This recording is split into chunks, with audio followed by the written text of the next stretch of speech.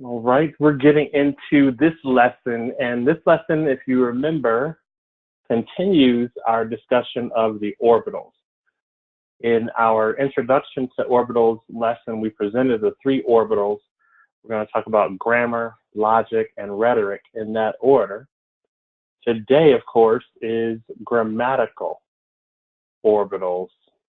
And there are many names for these in society and as well in psychology and human behavior.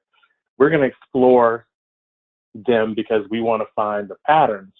And of course, as always, these lessons are based on the text that you read, Willie Lynch's Letter and the Making of a Slave, in our first volume, Unmaking a Slave.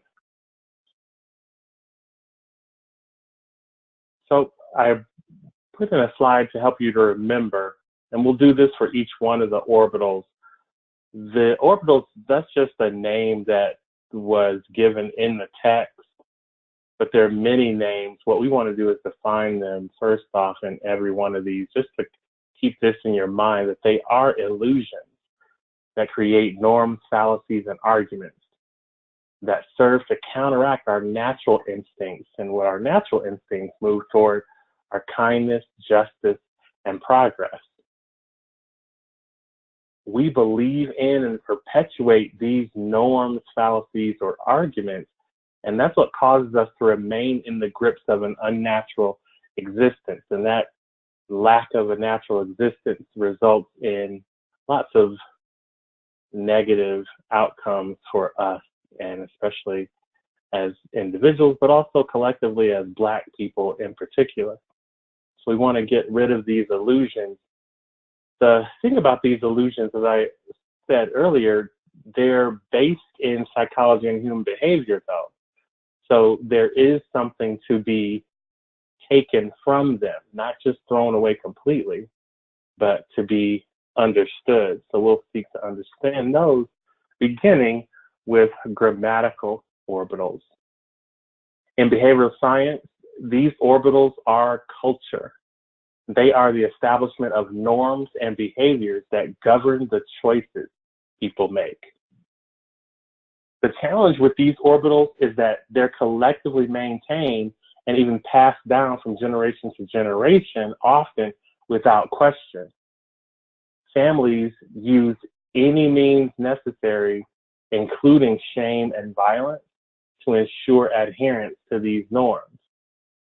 So you may hear of parents who chastise their children or say phrases that maintain a certain norm, or they may even talk about spanking children or otherwise physically punishing them in order to get them to behave a certain way. Well, not all of those are sustainable norms. And actually, there are quite a few norms that we reinforce that aren't sustainable at all and actually are hurtful. You can understand this idea of using the family because that's a really good method of ensuring slavery of a group of people, i.e. going against their natural instincts toward progress and justice. Employing their families and most trusted people is an effective way to reinforce certain behaviors. Breaking free is what we want to do, and that requires a multi-system, multi-socio-ecological intervention, beginning with the person. And so in the graphic, you can see the individual is one system, and that's one level of social ecology. And the family is the second level, the environment is another level. And you see the relationship between the three, that individual is inside the family, that family is inside the environment. Socio-ecology and systems are the structure that culture is built upon. So that makes sense in the context of a grammatical orbital. It's culture. So what are the underpinnings of culture? Socio-ecology and systems. Those systems extend from the person, and we often call that the microsystem. It extends to the family and immediate contacts. We call that the mesosystem. And then the macro system, which includes, if you're thinking pieces that encompass the family, that could be neighborhoods, communities, even cities, states, or the nation. Systems outside the immediate connection to the person are termed exosystems.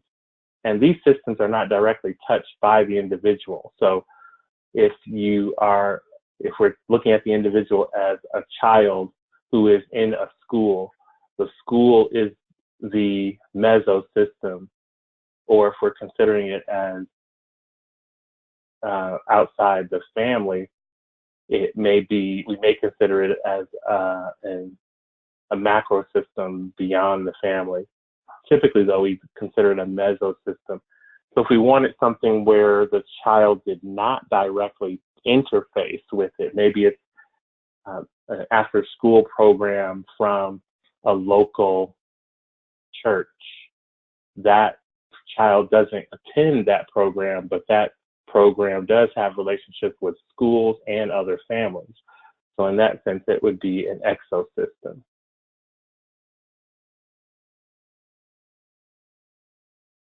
The more consistent the messages at each of these levels, the micro, meso, macro, and exosystems, the harder the culture is to innovate or break away from.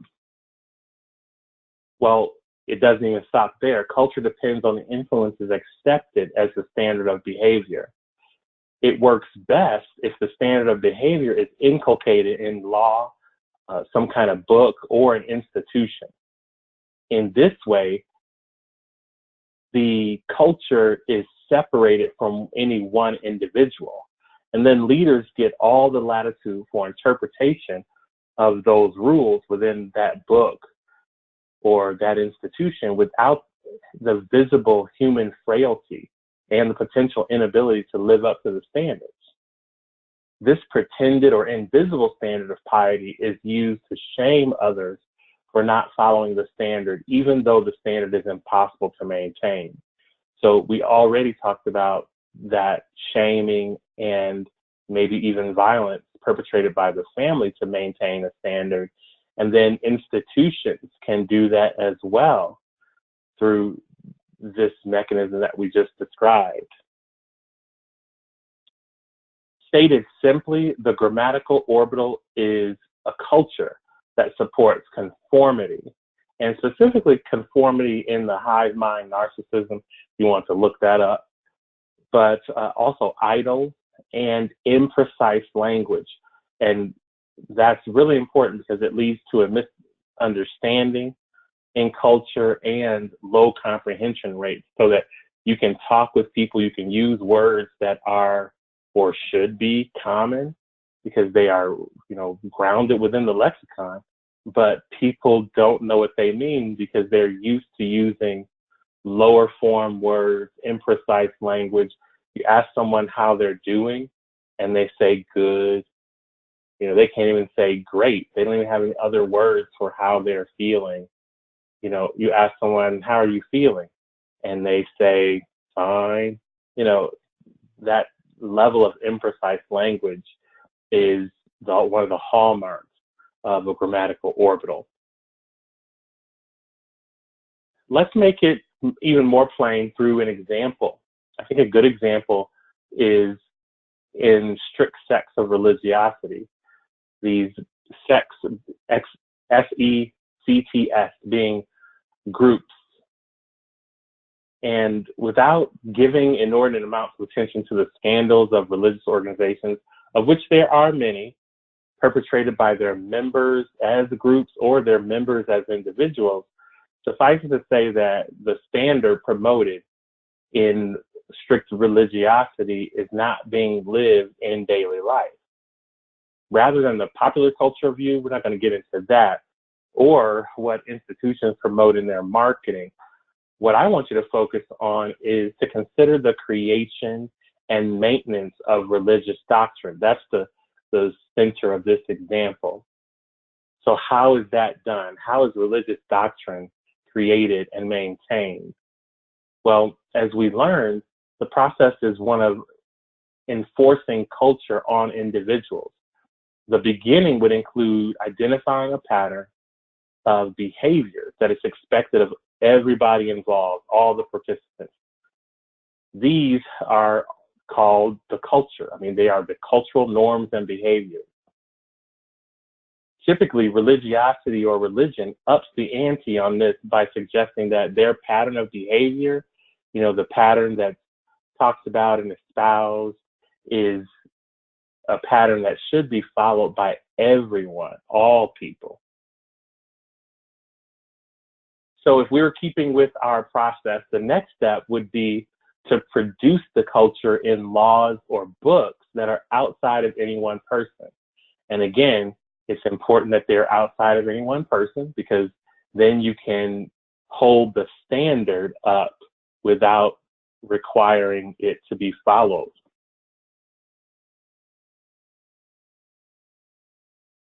Religion accomplishes this through holy books, often called scripture. I think that's interesting because the root word scribere from the Latin is the same root word for script.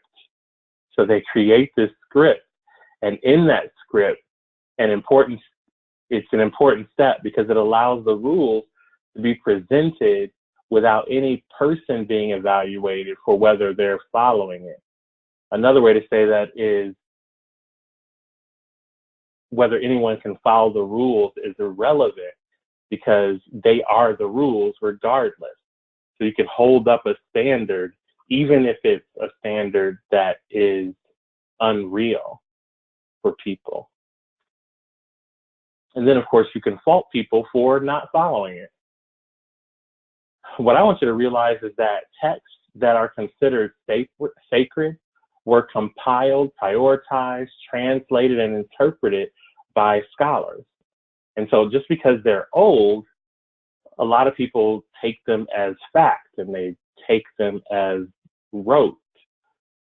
It would be naive to believe that no preference was given based on the collective culture represented by those individual scholars. So the way that they live their lives, what they saw in their culture, the ways that they described their culture and their environment, of course, would make its way into their interpretations of these texts. Even if we are starting with an infallible standard, you have to believe that there would be some fallibility that would enter into.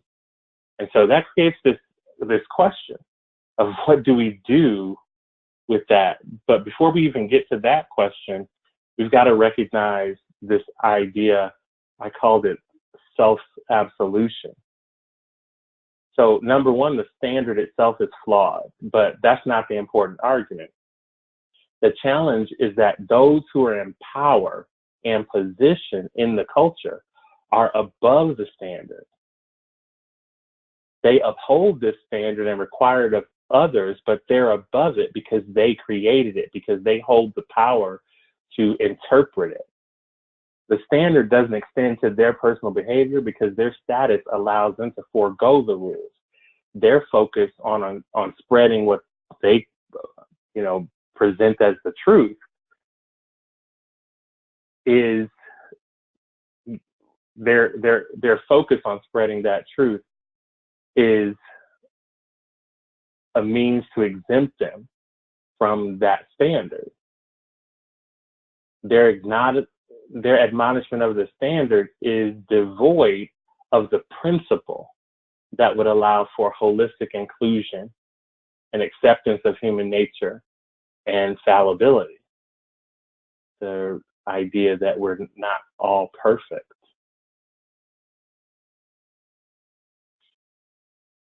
Rather than beginning with a status quo promoted, consider that the idea, what you want to be able to do is explore your own personal ethics, your ethical decision-making through deliberate decision-making and principled leadership, identifying the principles that you want to live by and being true to that set of principles. So in that vein, we move into the final section in this grammatical orbitals presentation, which is awakening. This pattern is going to be repeated in each of our orbitals training, and I want to get to a call to focus on self, purpose, and capacity. So you heard a little bit of that when I talked about the last slide, principled leadership, but thinking about what does this mean for you? Or saying it more personally, what does this mean for me? What does this mean for myself?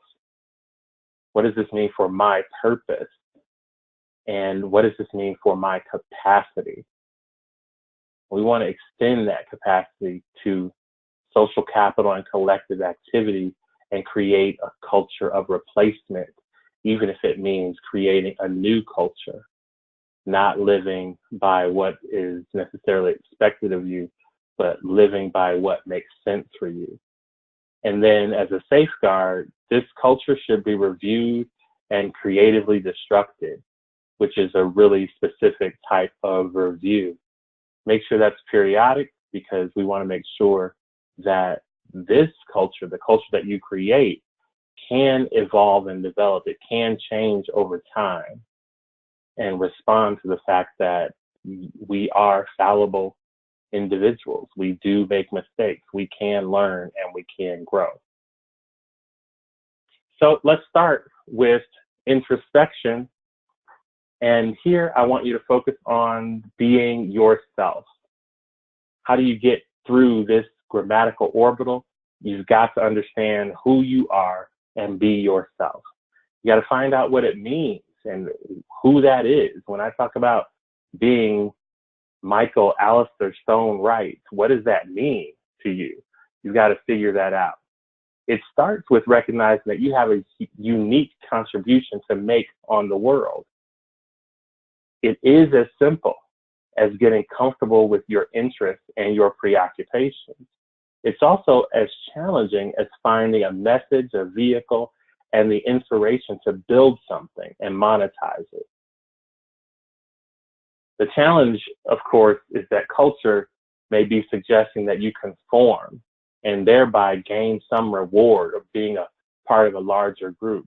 But that's always a deception. Even as part of a group, your contribution must be pronounced. We're not worker ants or drone bees in life. We are unique, special, valuable, worthy individuals. Find spaces where your contribution is celebrated and encouraged to develop. It may not be in a space that already exists, and that sometimes makes it difficult, but you may have to create that space for yourself. And that's important to recognize. If you think that somehow it's about finding a spot, you'll search the world over before you realize that you can create that space yourself. Recognize that creating the space, that might be your contribution. And so you actually would create the space for others who are searching for space, evaluating where they fit to find their place. The next thing, I phrase this as refusing idols. It's one of the most devastating feelings to put your trust in someone or something only to have them or it fail to live up to your standards. The alternate is achieved through balance and centering. So instead of focusing on idols, focusing on balance and centering. And there are a couple of ways at least that this applies. As much as it's contrary to typical life, take the time to increase from low states of consciousness and contemplation and decrease from excess states, never too high or never down too low. My advice is to celebrate when you can, feel your feelings, even if you have to cry, but meditate on the temporary nature of feelings. Invite this to be a lesson on the purpose and value that people can fulfill even while they're capable of change, letting you down, or of failure. It applies to you, it applies to other people. The idea is that growth and change are continual, and you can continue to grow and you can continue to learn and develop any spot where you feel that you've really made a great success or you've made a challenge for yourself. Those are temporary experiences. Focus on the experience of continual joy in the change and the growth and development. Focus on the lessons, and life can be balanced. The other side of this balance and centering is the idea of celebrity. So even as much as your mom and I want to be considered the best in the world, the strongest, the smartest, it's important that you realize the potential fallibility of the people in your life. But what that is acknowledging, admonishing their humanity.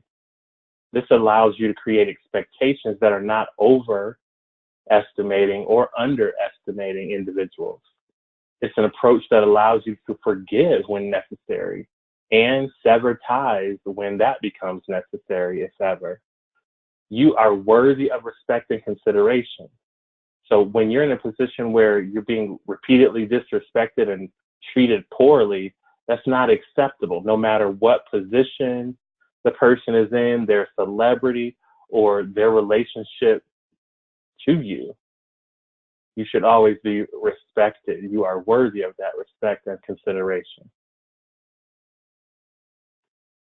Our last piece is under the heading of learning, and it really gets back to that you heard multiple times throughout this training: vocabulary and increasing your understanding of language.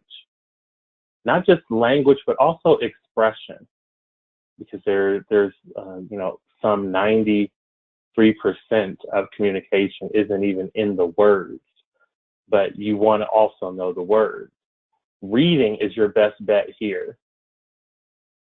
Reading is going to be important, but even documentaries and movies that challenge your vocabulary.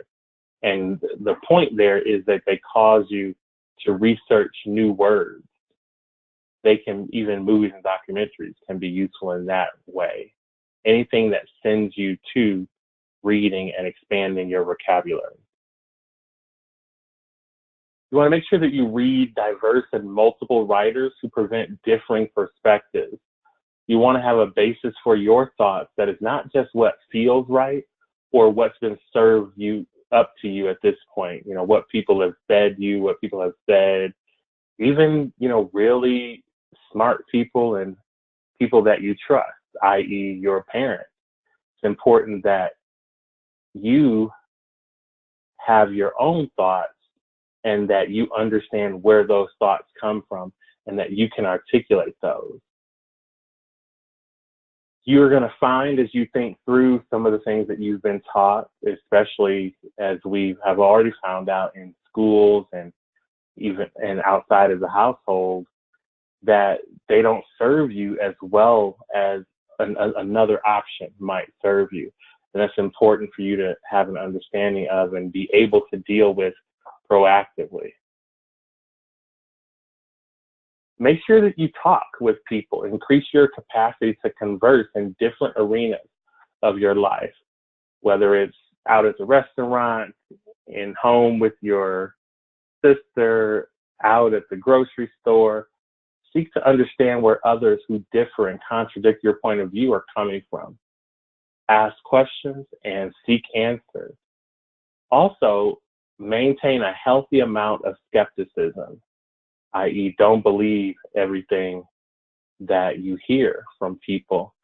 People sometimes can't even tell you the truth about themselves because they've been lying to themselves for so long. And last, resist the immaturity of connecting emotional offense to social disclosure. In other words, Don't let what people say force you to action. Be deliberate and intentional. Require respect of your person and personal space while allowing full challenge to your ideas. I'll say that even a third way. When people challenge your ideas, that doesn't bother you. They may not get it. They may not understand. They may not have the capacity to comprehend. So don't be offended when people don't get what you're saying. Just decide whether it's important enough to you, whether it's valuable to reconfigure what you're saying so that they may understand, or maybe you need to seek a new audience. Well, this concludes our training for today. Thank you for your time and attention, and encourage you to follow the steps that we talked about in our talk today.